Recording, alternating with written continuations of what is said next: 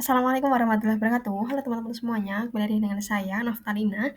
Di kesempatan kali ini kita akan melanjutkan dari part sebelumnya ya terkait dengan tips trik bagaimana seleksi wawancara berbagai prajabatan. Nah, ini part selanjutnya. Ini udah mulai masuk ke inti dari pertanyaan-pertanyaan apa yang kira-kira muncul ketika seleksi tes wawancara berbagai prajabatan tahun 2024. Oke. Nah, yang pertama teman-teman ya, ada pertanyaannya adalah bagaimana guru dalam menghadapi tantangan dalam mengajar di lingkungan yang beragam. Ini mungkin ditanyakan teman-teman karena saya ingat dulu juga saya sempat dikasih pertanyaan seperti ini, yang setipe seperti ini, dan bagaimana cara menjawabnya, yuk mari kita simak. Nah, teman-teman, ketika ada pertanyaan seperti itu, berarti jawablah kayak gini teman-teman ya. Perlu dipahami bahwa mengajar di lingkungan yang beragam itu memang butuh istilahnya kayak pemahaman dan fleksibilitas dalam memahami terkait dengan itu ya teman-teman ya. Perbedaan budaya, kemudian bagaimana latar belakangnya, bagaimana kebutuhan belajar siswa itu memang perlu ya. Terus jadi seorang guru itu juga harus berusaha untuk menciptakan lingkungan belajar yang adil ya teman-teman ya. Kemudian menggunakan pendekatan pengajaran-pengajaran yang bervariasi menyesuaikan dengan karakteristik peserta didik. Itu sih teman-teman ya. Kemudian teman-teman bisa jawab bahwa guru itu juga harus tetap belajar ya teman-teman untuk beradaptasi dalam menghadapi situasi baru. Yang mana kita tahu bahwa di sekolah itu memang anak-anak itu memiliki sifat yang berbeda-beda. Bagaimana caranya kita adil dalam mengajar dan memastikan bahwa semua anak ya yang kita ajar itu mendapatkan kesempatan yang sama. Ya ini yang dimaksud dengan adil itu teman-teman ya.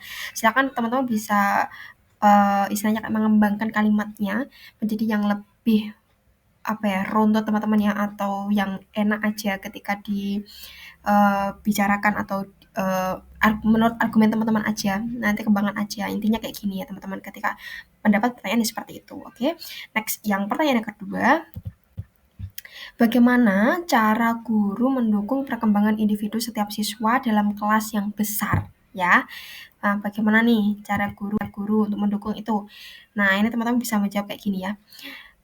Dalam kelas yang besar ya posisinya ya, atau yang memiliki banyak siswa, misal kayak gitu, penting bagi guru itu untuk memastikan bahwa anak, ya setiap anak itu mendapatkan perhatian ataupun dukungan yang mereka butuhkan, atau setiap anak itu memiliki hak yang sama, perhatian yang sama kayak gitu teman-teman ya.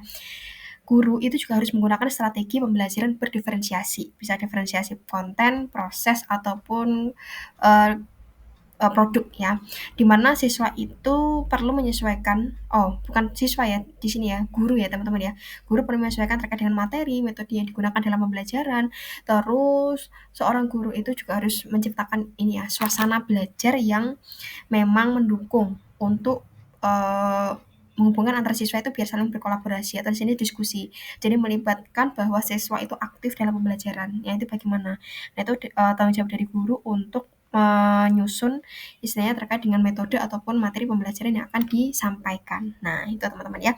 Bisa juga siswa itu melaksanakan kayak yang nggak melibatkan cuma guru aja yang dominan di situ, tapi juga siswa bisa belajar dengan teman sejawat, guru dengan siswa, siswa dengan guru kayak gitu ya teman-teman. Oke, paham kan? Gampang kok insya Allah. Kalau misal teman-teman udah persiapkan, insya Allah bisa. Kemudian yang ketiga, bagaimana cara untuk menangani siswa yang memiliki masalah disiplin di kelas. Nah, ini bagaimana caranya teman-teman ya? Nah, teman-teman bisa menjawab ini ya teman-teman. Untuk mengatasi terkait dengan kedisiplinan siswa itu guru di sini berhak memiliki atau berhak untuk melakukan yang namanya pendekatan adil dan tegas. Nah, itu teman-teman ya.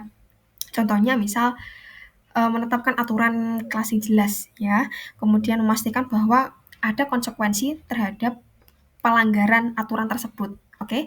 Kemudian yang kedua, itu teman-teman jika siswa ada yang melanggar ya, maka di sini perlu adanya komunikasi secara pribadi. Oke. Untuk memahami istilahnya kayak alasan dibalik perilaku tersebut itu apa dan bagaimana cara mencari solusinya secara bersama. Nah, itu perlu teman-teman ya. Kemudian yang selanjutnya adalah orang tua di sini dilibatkan jika diperlukan dan mencari pendekatan yang bisa membantu siswa untuk memperbaiki perilakunya. Jadi meskipun, di sini melibatkan nggak cuma guru mapel aja ya, ataupun wali kelas, tapi juga di sini ada bimbingan konseling, kemudian kalau misal memang susah diatasi atau bagaimana bisa, melakukan kayak apa ya teman-teman ya namanya, saya lupa, visit home atau ya home visit misal kayak gitu ya. Itu yang datang ke rumah siswa kemudian membicarakan dengan, bapak ibunya orang tua atau si wali ya. Lanjut, yang keempat teman-teman ya, bagaimana Anda menilai keberhasilan pembelajaran yang Anda berikan? Nah ini teman-teman, ini termasuk dalam kegiatan refleksi ya. Nah ini ya, keberhasilan pembelajaran itu dapat dinilai dari beberapa aspek teman-teman ya. Seperti pencapaian akademis siswa, kemudian perkembangan keterampilan sosial emosional, kemudian kita bisa tahu berdasarkan umpan balik siswa. Jadi ketika kita sudah melaksanakan pembelajaran itu penting sekali teman-teman ya untuk melakukan refleksi atau biar kita tahu umpan balik dari siswa itu seperti apa ketika kita sudah melakukan pembelajaran ya. Nah, ini bisa dilakukan dalam bentuk, beberapa metode ya teman-teman ya. Bisa tes tertulis, observasi, ataupun menggunakan misal kayak, proyek misal kayak gitu ya. Nah, sebagai seorang guru itu adanya umpan balik itu adalah untuk memberikan apa ya teman-teman ya, dorongan pada guru itu bagaimana cara meningkatkan metode pembelajaran ke depannya. Jadi sesuai dengan kebutuhan peserta didik. Nah, itu perlu teman-teman ya.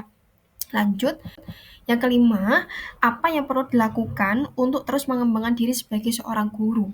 Nah, ini itikat dari seorang guru itu bagaimana ketika seorang guru itu sudah terjun dalam dunia misal guru profesional. Nah, apa yang dilakukan?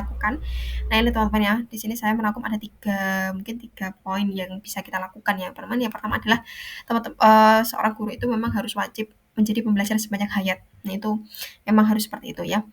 Kemudian yang dimaksud pembelajaran banyak hayat itu adalah terus belajar teman-teman ya, dan berkembang ya, mengikuti pelatihan misal atau, workshop misal kayak gitu, kemudian meningkatkan misal pengetahuan. Nah jadi, memang perlu belajar terus mengikuti zaman juga ya.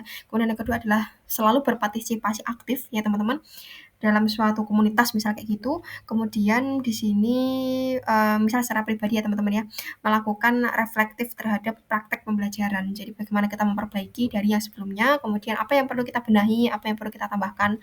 Nah, untuk pembelajaran yang ke depannya biar lebih baik lagi. Oke, lanjut ya. Wah, oh ternyata udah terakhir teman-teman ya. Wah tidak terasa, jadi ini adalah 5 pertanyaan wawancara dalam BK Prajabatan ya. 5 poin dulu aja teman-teman, nanti untuk part selanjutnya silahkan teman-teman tonton di next video ya teman-teman. Semoga bermanfaat, semangat terus bagi para pejuang BPK Prajabatan tahun 2024 ya.